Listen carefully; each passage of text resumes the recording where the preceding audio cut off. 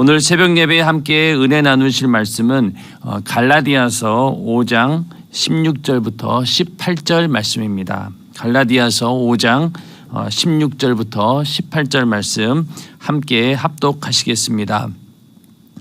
내가 이르노니 너희는 성령을 좇아 행하라. 그리하면 육체의 욕심을 이루지 아니하리라. 육체의 소욕은 성령을 거스리고 성령의 소욕은 육체를 거스리나니 이 둘이 서로 대적함으로 너희의 원하는 것을 하지 못하게 하려 함이니라. 너희가 만일 성령의 인도하시는 바가 되면 율법 아래 있지 아니하리라. 아멘. 갈라디아서 5장 16절부터 18절 말씀을 중심으로 성령을 좇아 행하라 라는 제목으로 함께 은혜를 나누고자 합니다. 성령을 좇아 행하라 라고 하는 말은 성령 안에서 행하라, 또 성령을 따라 행하라 라는 말과 같은 말입니다. 우리 한번 다 같이 고백하겠습니다. 나는 성령을 좇아 행하리라. 같이 해보겠습니다. 나는 성령을 좇아 행하리라. 또 다시 또 나는 성령 안에서 행하리라. 또 나는 성령을 따라 행하리라. 이 고백이 우리의 삶 가운데 계속해서 이루어지기를 주님의 이름으로 축원합니다. 갈라디아 교인들에게 여러 가지 문제들이 있었지만은 그 가운데서도 가장 심각했던 문제가 복음 안에서 자유를 얻고 예수를 믿은 많은 갈라디아 교인들이 이 율법주의자들에 의해서 너희가 그 복음만으로는 완전하지 못하다. 너희도 율법을 지켜야지만이 온전히 구원을 받을 수 있다. 이러면서 슬그머니 그 갈라디아 교회에 들어온 그런 율법주의자들에 의해서 갈라디아 교인들이 굉장히 많은 그 믿음의 혼선이 있었습니다. 그것을 이제 알고 사도 바울은 이 서신을 통하여서 너희들이 참 어리석다. 그러면서 그러한 변질된 복음, 그것을 다른 복음이라고 하죠. 다른 복음에 너희가 현혹되어서는 안 된다. 그리고 성령으로 시작하였다가 이제는 너희가 왜 육체로 마치려 하느냐. 이러면서 율법주의와 그것으로 인한 우리에게 오는 믿음의 그런 악영향 이런 것들을 철저하게 경계하면서 너희 어리석음에서 빨리 나와서 다시 은혜 안에 들어와라. 이렇게 말씀하고 있지만은 그 율법과 복음에 대해서 그러니까 율법주의적인 신앙과 또 복음주의적인 신앙이라고 하기보다는 복음을 육체의 기회로 삼는 그렇게 방종하는 사람들, 이렇게 두 부류가 있습니다. 율법주의적인 신앙이라고 하는 것은 율법을 지킴으로 인해서 의롭다함을 얻으려고 하는 그런 행위를 우리는 율법주의적인 행동이다, 또 신앙이다 이렇게 얘기를 합니다. 그러니까 율법을 지킴으로써 의로워지려고 하는 것이었죠. 예수님 당시에도 많은 바리새인들과 서기관들, 그들이 내가 율법을 잘 지켰기 때문에 나는 바리새인이다. 많은 사람들 가운데 정말로 내가 하나님 말씀을 지킨 자다, 율법을 지킨 자다라는 그런 자기 의를 드러내기 위해서 율법을 지키는 그런 형태로 변질되어 가서 결국은 율법을 잘 지켜야지만이 구원을 받을 수 있다라고 하는 그런 율법주의적인 신앙까지 이르게 된 것입니다. 그래서 이 사도 바울은 갈라디아서 5장 4절 바로 앞에서 어떻게 얘기하고 있냐면은 율법 안에서 의롭다 함을 얻으려 하는 너희는 그리스도에게서 끊어지고 은혜에서 떨어진 자로다. 그러니까 한마디로 율법 안에서 의롭다 함을 얻으려 하는 너희가 어떤 자들이냐? 그리스도에게서 끊어진다는 거예요. 그리고 그 은혜에서 떨어진다는 겁니다. 그러므로 율법주의가 이게 얼마나 무섭고 두려운 일인지 우리는 잘 경계를 해야 됩니다. 또 한 가지는 이제 복음의 자유로 인해서 방종하려고 하는 그런 사람들이 있죠.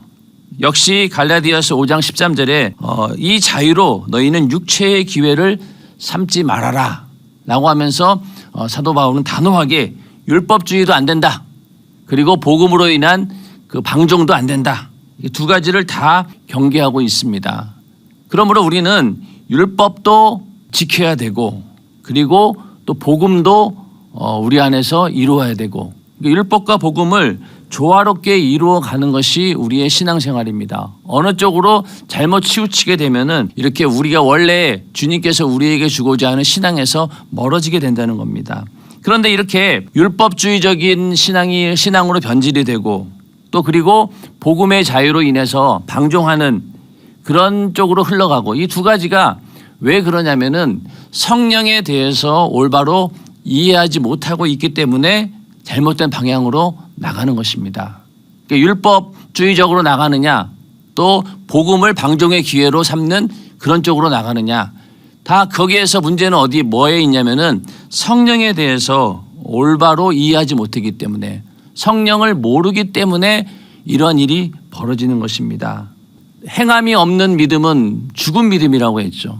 그러니까 우리의 구원은 어떤 행위로 구원받는 건 절대 아닙니다. 오직 예수 그리스도께서 내 죄를 대신 담당하시고 십자가에 피 흘려 죽으신 그것을 믿는 믿음으로 우리는 죄 사함을 받게 됐고 그로 인해서 우리가 구원을 받습니다. 그리고 하나님의 자녀라고 하는 그런 신분을 얻게 되었죠.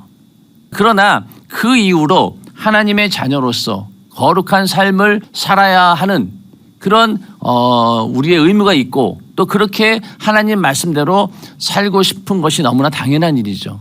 하나님 말씀대로 살아가는 그런 모든 과정들이 행함이라고 하는 행동이 없이는 절대로 거룩한 삶을 살 수가 없습니다. 아무리 하나님의 자녀로 내가 거듭났다 할지라도 그 이후로 하나님의 자녀로서의 마땅한 그런 삶을 행동으로 보여주지 않는다라고 하면은 그것이 정말로 진정한 구원받은 자로서 또 하나님을 경외하고 또 하나님을 섬기는 또 하나님의 자녀로서의 합당한 모습은 아니죠. 그러므로 우리가 이 행하는 믿음은 우리가 이 땅에서 육신을 마감하는 그때까지 또 주님이 오시는 그날까지 우리는 경건한 삶을 살아야 되고 그것을 이제 성화라고 얘기합니다. 거룩한 삶으로 나를 그리스도와 닮게 만들어가는 그런 과정들을 말하는 것이죠. 그런 것들은 절대로 행함이 없이는 드러나질 않습니다. 그러므로 우리는 이 행함이 없는 믿음은 죽은 믿음이다라는 그런 말씀을 잘 생각해 보면서 그렇다라고 하면은 그 행하는 믿음을 무엇으로 할 것이냐? 바로 성령을 쫓아 행하라는 겁니다. 성령을 쫓되 그 성령을 쫓아서 행하라라고 이렇게 말씀하고 있는 거죠. 행동하는 믿음, 행하는 믿음을 우리가 이루기 위해서는 어떻게 해야 됩니까? 성령을 쫓아야 됩니다. 성령 안에서 행동해야 됩니다. 성령을 따라서 행동해야지만이 우리는 행하는 믿음이 나올 수 있는 것이죠. 우리 안에 늘 행하는 믿음으로 성령을 쫓아 행하는 믿음으로 하나님의 거룩한 뜻이 우리의 삶 가운데 이루어지기를 주님의 이름으로 축원합니다. 그래서 우리 인간은 참 아이러니하게도 하나님께서 율법을 주면은 그 율법으로 자기 자신이 의로워지려고 하고 또 복음을 주면 그 복음으로 주어진 자유를 육신의 방종의 기회로 삼는 것이 우리 인간입니다. 구약시대에는 그들에게 율법을 주었어요. 어떻게든 하나님의 그 말씀 안에서 그들을 거룩한 하나님의 백성으로 만들기 위해서 율법을 주었는데 그 율법을 통해서 죄를 발견하고 그 죄를 가지고 하나님께 회개하면서 나오기를 원했지만은 인간들은 그게 아니라 오히려 그 내가 율법을 요만큼 지켰다라는 그 의를 들고 하나님께 나옴으로 인해서 하나님께서 원하시는 방향과는 또 다른 방향으로 흘러가게 됩니다. 그래서 복음을 주었더니만은 이제는 그 복음을 가지고 육신의 기회를 삼고 방종하는 그런 기회로 삼아버리는 이게 참 인간은 어리석은 인간이죠. 그러니까 하나님의 뜻과는 계속해서 이렇게 핀트가 맞지를 않습니다. 그러나 성령께서 우리와 함께 하시면은 정확하게 하나님의 의도와 하나님의 뜻과 우리의 삶을 일치시킬 수가 있습니다. 그래서 성령을 쫓아 행하라 이렇게 말씀하고 있는 것이죠. 율법은 하나님의 선한 법입니다. 의로운 법이죠. 만약에 인간이 그 하나님의 율법대로 온전히 살 수 있다라고 하면은 얼마나 좋겠습니까? 그러나 우리 인간은 육신을 입고 있는 한 절대로 율법대로 온전히 살 수가 없습니다. 율법을 다 지킬 수가 없는 그런 무능력한 존재입니다. 그러므로 하나님께서 율법을 주신 것은 네가 이 율법을 다 지켜 행하라라고 하는 그 말씀 속에는 너희가 지켜 행하되 못 지키는 것에 대해서 너희가 나는 죄인이구나 라는 그런 한계성을 가지고 나는 그런 절대로 율법을 지킬 수 없는 그런 연약한 인간입니다라고 하는 그런 고백을 통해서 하나님께 의지하고 하나님의 도움으로 어떻게든 살기 위해서 하나님께서는 우리에게 율법을 주시고 그 율법을 지키라고 했던 것입니다. 그런데 그 율법대로 살 수 없는 거예요. 우리 인간은 육신을 입고 있는 한. 그렇다고 해서 우리가 방종하면서 살 수는 없는 것이죠. 그렇기 때문에 우리는 율법도 지키고 또 복음 안에서 방종하지 않고 그러기 위해서 할 수 있는 유일한 방법은 바로 성령을 좇아 사는 것입니다. 이것만이 우리가 율법의 요구를 이룰 수 있는 것이죠. 자, 율법의 요구라고 하는 것은요, 첫 번째 너희가 율법대로 그 계명을 지키며 살라는 것입니다. 그것이 율법의 요구죠. 근데 우리 인간은 그 율법의 요구를 다 이루지 못합니다. 그럼 어떻게 해요? 율법을 지키다가 못 지킨 것에 대해서 내가 그 죄를 우리는 예수의 피의 공로 의지에서 회개합니다. 그러면은 그 율법으로 인한 정죄가 사라지게 되는 거죠. 그러므로 율법의 요구를 우리는 다 이루게 되는 것입니다. 무엇으로 이룰 수 있느냐? 바로 성령으로 이룰 수 있는 것이죠. 성령이 충만하면은 하나님 말씀대로 살아가는 것이 무겁거나 또 내가 이 하나님 말씀대로 살지 않으면 심판받고 내가 지옥 가고 이러지 이런 어떤 두려움 때문에 하는 것이 아니라 즐거운 마음으로 자원하는 마음으로 또 하나님을 내가 사랑하는 그 사랑하는 마음을 가지고 그의 계명을 지키게 된다는 것이죠. 그것이 무엇으로 가능하느냐? 바로 성령으로 가능하다라고 하는 것입니다. 그러므로 우리 인간은 이 육체의 소욕과 정욕 이런 것들을 이길 길이 없어요.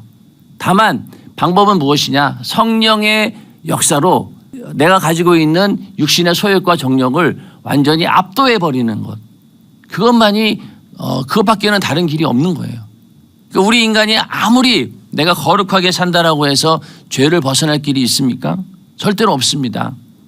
예를 들어서 죄를 이제 절대로 안 지으려고 방에 틀어박혀 가지고 이불 뒤집어 쓰고 하루 종일 그 안에서 있는다라고 해서 내가 과연 죄가 없는 나는 오늘 하루 죄를 짓지 않았다라고 말할 수 있겠냐는 거죠.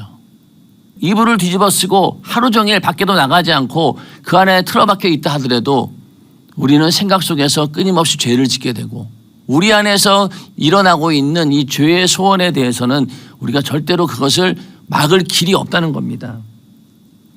아벨이 그 하나님께 제사를 드렸는데 하나님께서는 아벨의 제사를 받으시고 가인의 제사는 받지 않았습니다.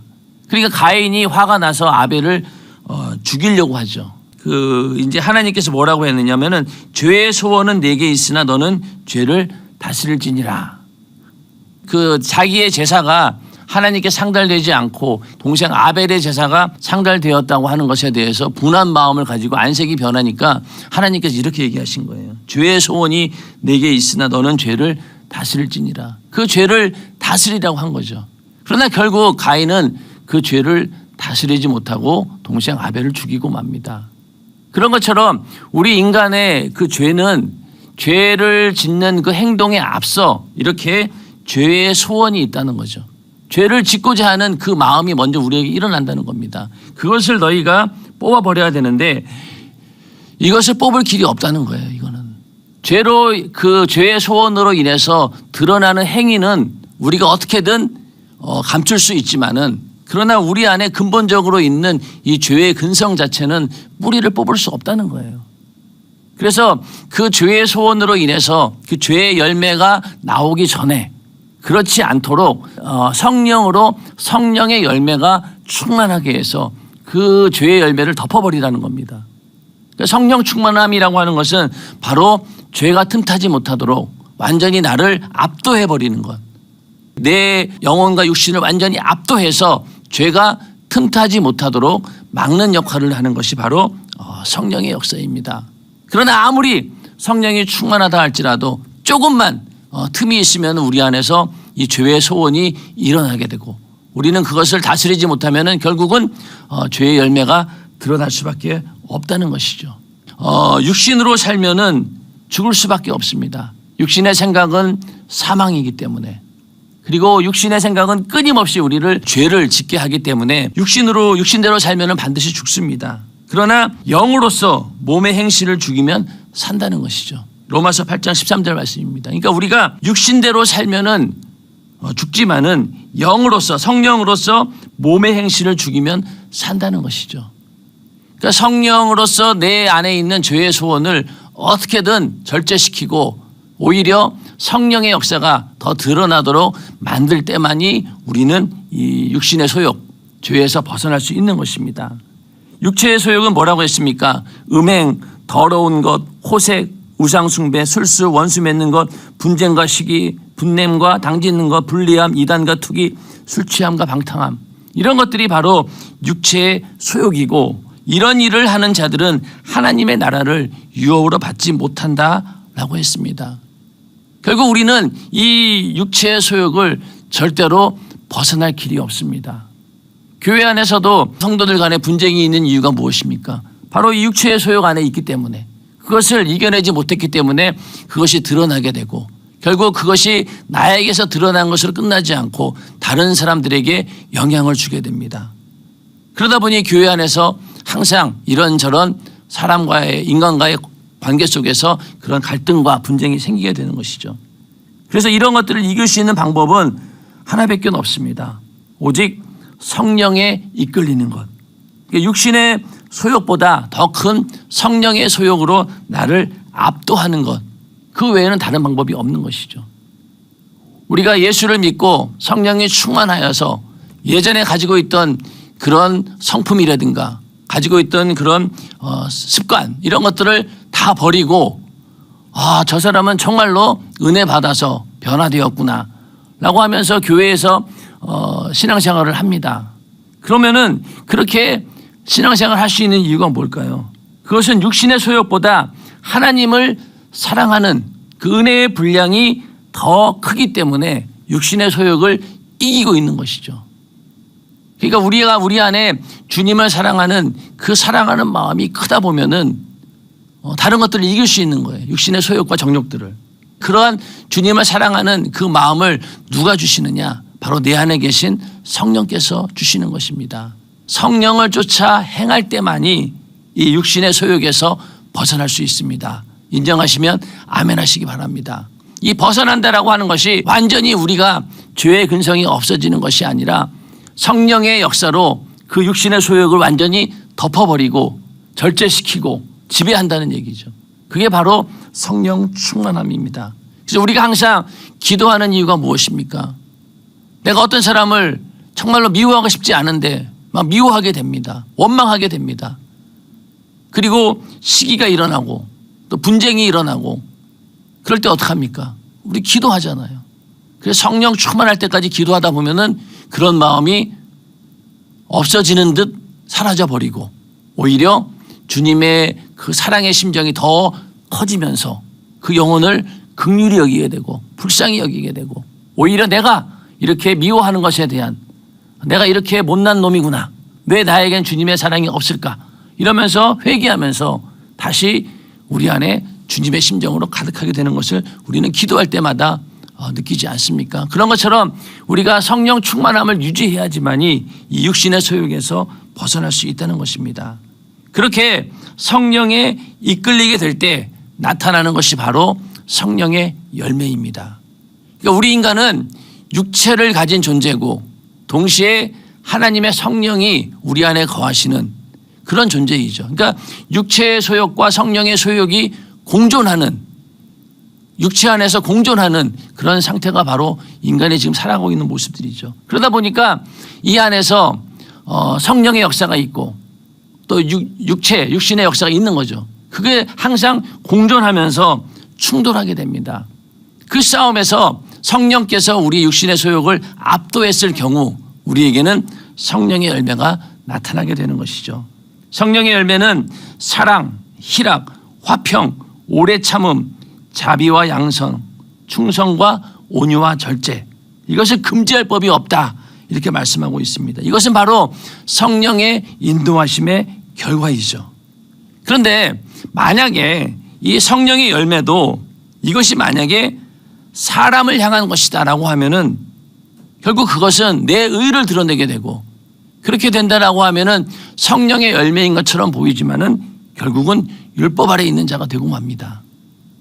사랑, 희락, 화평, 오래 참음, 자비와 양선, 충성과 온유와 절제, 성령의 열매라고 하지만은 이것을 사람을 향해서 사용할 수도 있죠.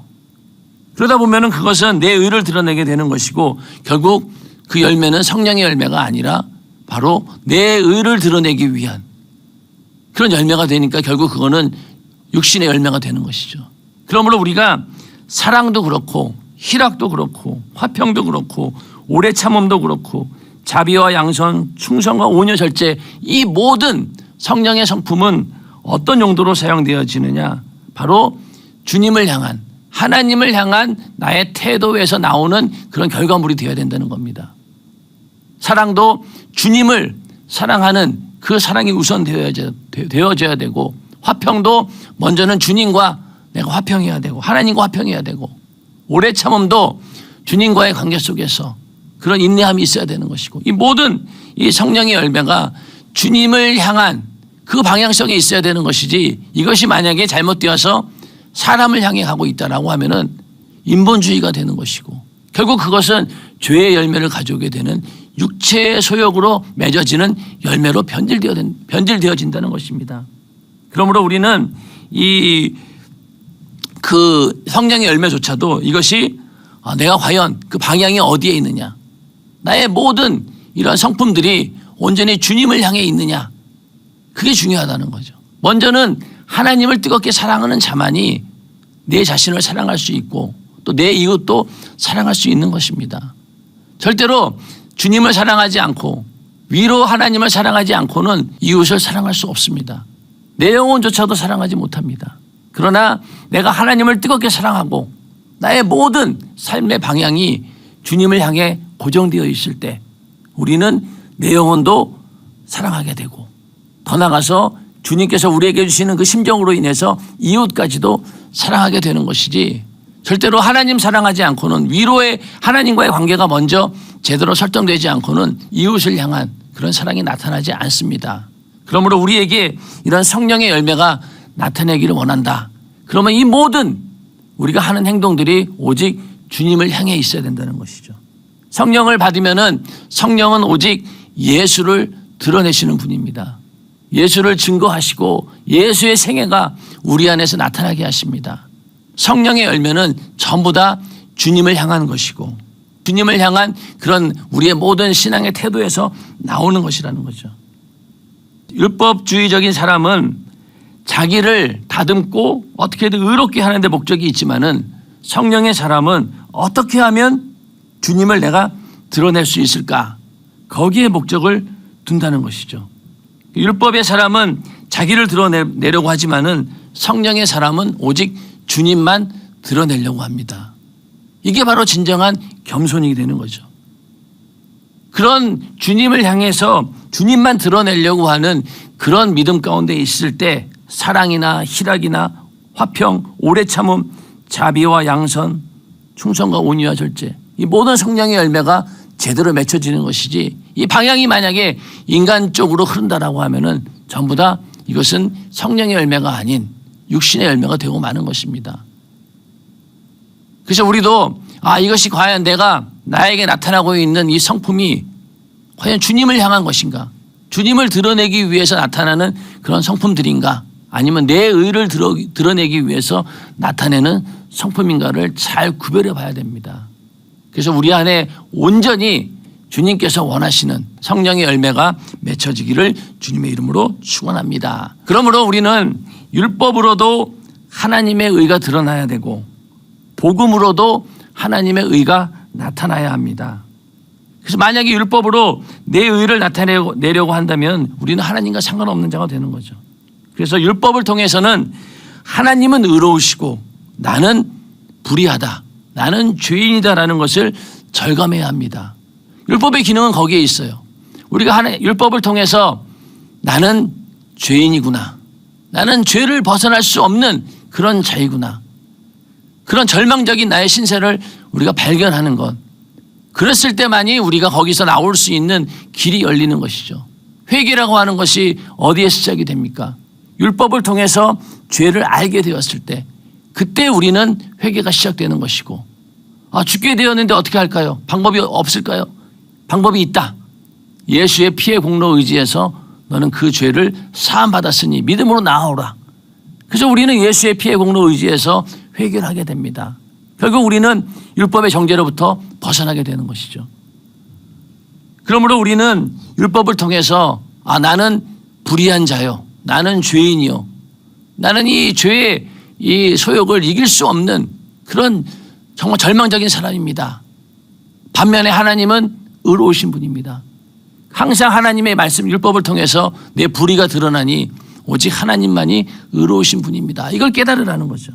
그래서 율법은 인간을 볼 때 의인은 없나니 하나도 없다, 이것을 보여주고 있는 겁니다. 율법을 통해서 우리 인간은 어느 누구도 의인이라고는 하나도 없다.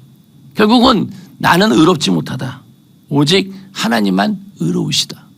그래서 결국은 나의 의는 이것뿐, 영원토록 내 할만 예수의 피밖에 없네. 나의 의는 이것뿐, 예수의 피밖에 없네. 그게 무슨 말입니까? 오직 하나님만이 의로우신 분이라는 거예요. 내 죄를 대신 담당하시고 십자가에 달려 피 흘려 죽으심으로 내 죄를 사해 주신 하나님의 그 구원의 계획, 그 구원의 계획을 이루신 하나님만이 의로우신 분이라는 거죠. 그래서 우리 안에는 의가 없다. 내 안에 있는 의는 오직 예수의 피밖에 없다. 이게 우리의 고백이 되어야 됩니다. 왜냐하면 그것만이 의니까. 그런데 만약에 우리가 그 의를, 예수의 피의 공로라고 하는 그 의를 드러내지 않고 만약에 내 행동에 내가 율법을 지킨 것을 의로 내놓는다라고 하면은 절대로 구원에 이룰 수 없는 거죠. 그러므로 우리는 항상 율법을 통해서 나는 죄인입니다, 나는 불의한 자입니다, 오직 하나님만이 의로우신 분입니다 라고 율법을 통해서 우리는 하나님의 의를 드러내야 됩니다. 그러므로 우리가 율법을 지킨다라고 하는 것이 얼마나 참 이게 대단한 일입니까? 하나님 말씀대로 산다는 것이 율법을 지킨다는 건데 그 말씀대로 살아갈 때 우리는 거룩함에 이르게 되는 것이죠. 그러므로 우리가 이 율법을 지켜서 내가 의로워지려는 것이 아니라 율법을 통해서 나의 삶을 통해 하나님의 의가 드러난다라고 하면은 우리는 그것이 진정히 하나님의 의를 드러내는 것이죠. 그런데 방향이 만약에 내 의를 드러낸다라고 하면 잘못된 것이지만은 율법을 지키고 계명을 철저히 지킴으로 인해서 하나님의 의를 더 드러낸다라고 하면은 그것은 하나님께서 원하시는 바입니다. 우리는 그 방향성을 잘 알아야 된다는 거죠. 그리고 방향도 맞아야 되고 그 율법을 또 계명을 지키는 일에 있어서 그 마음의 중심이 어디에 있냐는 거예요.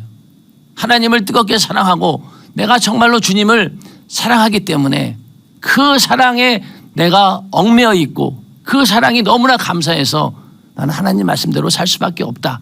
그러한 어떤 자원하는 마음에서 우리가 율법을 지켜야 되는 것이지 그것이 아니고 억지로 또 하나님이 두려워서 이렇게 지킨다라고 하면은 그것은 정말로 잘못된 방향으로 흘러갈 수 있다는 겁니다. 그래서 우리는 율법주의적인 그런 신앙이 아닌 정말로 주님을 사랑하는 마음으로 즐거운 마음으로 자원하는 마음으로 하나님 말씀대로 철저히 살아야 되는 것이죠. 그 일을 이루는 분이 누구시냐? 바로 성령이라는 겁니다. 그래서 우리는 성령으로 그 복음도 우리가 어떻게 듣게 되었습니까? 성령을 통해서 듣게 되었잖아요. 그 복음은 어떻게 얘기를 합니까? 오직 의인은 믿음으로 살리라.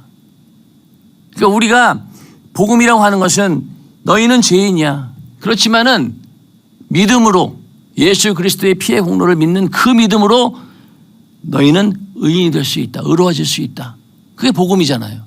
그러니까 율법과 복음이 항상 우리 안에서 조화를 이루면서 율법은 계속해서 내 죄를 정죄하고 내 불의를 드러내고 또 복음은 그 드러난 그 불의한 죄를 회개할 수 있는 그런 기회를 주시고 그렇게 해서 조화를 이루어가면서 결국에 가서는요 성령으로 하나님의 거룩한 의에 이르게 됩니다. 그러니까 성령이 없이는 안 된다는 얘기죠. 성령이 없이는 안 됩니다. 그래서 성령 충만함을 위해서 끊임없이 기도하라고 하는 것이죠. 그래서 성령을 쫓아 행할 때만이 성령의 열매가 맺혀지게 되는 것인데 아까 말씀드린 것처럼 그 성령의 열매가 오직 주님께 영광을 올려드리기 위한 그런 목적으로 내 삶을 살아갈 때 거기에서 진정한 성령의 열매가 맺히게 되는 것입니다. 그래서 우리는 성령을 쫓아 행하라고 하는 그 말 속에는 율법과 복음의 조화를 이루어가면서 그것을 성령으로 조화를 이루어가면서 살라라고 하는 그런 말씀입니다. 그러므로 우리가 율법주의적인 신앙으로 치우치지 않고 또 복음을 육체의 기회로 삼는 그런 방종하는 사람이 되지 않기 위해서는 성령으로 충만해야지만이 성령을 쫓아 행해야만이 우리는 그 조화를 이룰 수 있다는 겁니다. 인정하시면 아멘 하시기 바랍니다. 그것이 오늘날 우리 신앙생활이죠. 연세중앙교회에서 어떤 사람들은 연세중앙교회가 요구하는 그런 신앙생활이 너무 힘들고 또 너무 기준이 높다라고 얘기하는 사람들이 있습니다. 그러나 성령이 충만한 사람은요 그렇게 들리지 않죠. 성령이 충만한 사람에게는 너무나 당연하게 느껴지고 더 하지 못해서 아쉬움이 가득한 것이 성령 충만한 자에게 나타나는 행동입니다. 그러나 우리 안에서 성령 충만함이 좀 약화되고 육신의 소욕이 성령의 소욕을 앞지르게 되면 어떻게 됩니까? 성령의 소리가 듣기 싫은 거죠. 그리고 하나님 말씀대로 사는 것이 너무 힘들고 버겁습니다. 그러다 보니까 이런저런 핑계를 대서 어떻게든 빠져나가려고 하죠.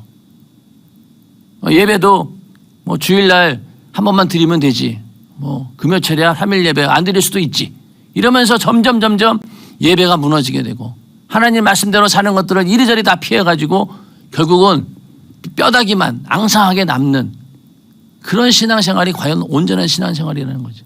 아니라는 겁니다. 그래서 우리는 온전한 신앙생활을 위해서는 오직 성령을 쫓아 행해야 됩니다. 성령 안에서 행동해야 되고 또 성령을 따라 행동해야지만이 하나님께서 원하시는 그런 성령의 열매를 맺을 수 있습니다. 그래서 우리는 율법도 사랑해야 되고 또 복음도 사랑해야 됩니다.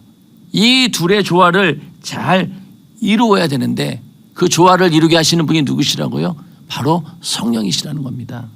그래서 우리는 하나님의 뜻대로 하나님 말씀대로 하나님의 계명을 지키면서 살기로 작정해야 되고 또 하나님이 주신 그 은혜와 사랑으로 살기로 작정해야 되는데 그 은혜와 사랑 그리고 하나님의 공의 이 모든 것들을 동시에 실현해 가면서 살 수 있도록 하시는 분이 바로 성령이시라는 겁니다.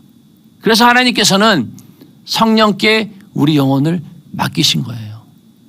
하나님께서 창조하신 인간 그 코에다가 생기를 불어넣어서 심혈을 기울여서 만든 하나님의 작품인 우리 인간을 하나님께서 죄로 인해서 죽어가는 것을 방관치 않으시고 자기 아들을 보내서 우리 인간을 구원해 주셨습니다.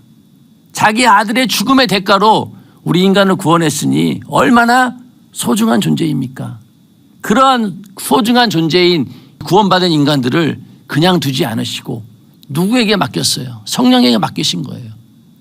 그 얘기는 결국 우리 인간은 지극히 존귀한 존재이고 정말로 하나님의 특별한 사랑을 받은 존재이라는 것을 성령께 인간의 영혼을 맡긴 것 그 하나만으로도 우리는 알 수 있는 것이죠. 그러므로 우리는 성령을 쫓아 행해야 되는 것입니다. 그래야지 하나님의 온전한 그 뜻과 하나님께서 계획하고 있는 모든 구원의 계획이 우리 안에서 이루어지는 것이지 성령을 쫓지 않고는 절대로 온전하게 이룰 수 없습니다. 오늘 우리의 삶 가운데 성령께서 늘 함께 하시고 또 성령을 쫓아 또 성령을 따라 성령 안에서 행하는 우리 모두가 되기를 주님의 이름으로 축원합니다. 성령 강림절을 맞이하면서 내 안에 성령을 주신 하나님의 그 은혜와 사랑이 얼마나 대단한 것인가 또 성령께 내 영혼을 맡겼다라고 하는 사실이 얼마나 큰 은혜인가를 깨닫고 하나님께 최고의 감사와 찬양과 영광을 올려드리는 그런 성령 강림 주일이 되기를 주님의 이름으로 축원합니다. 기도하겠습니다.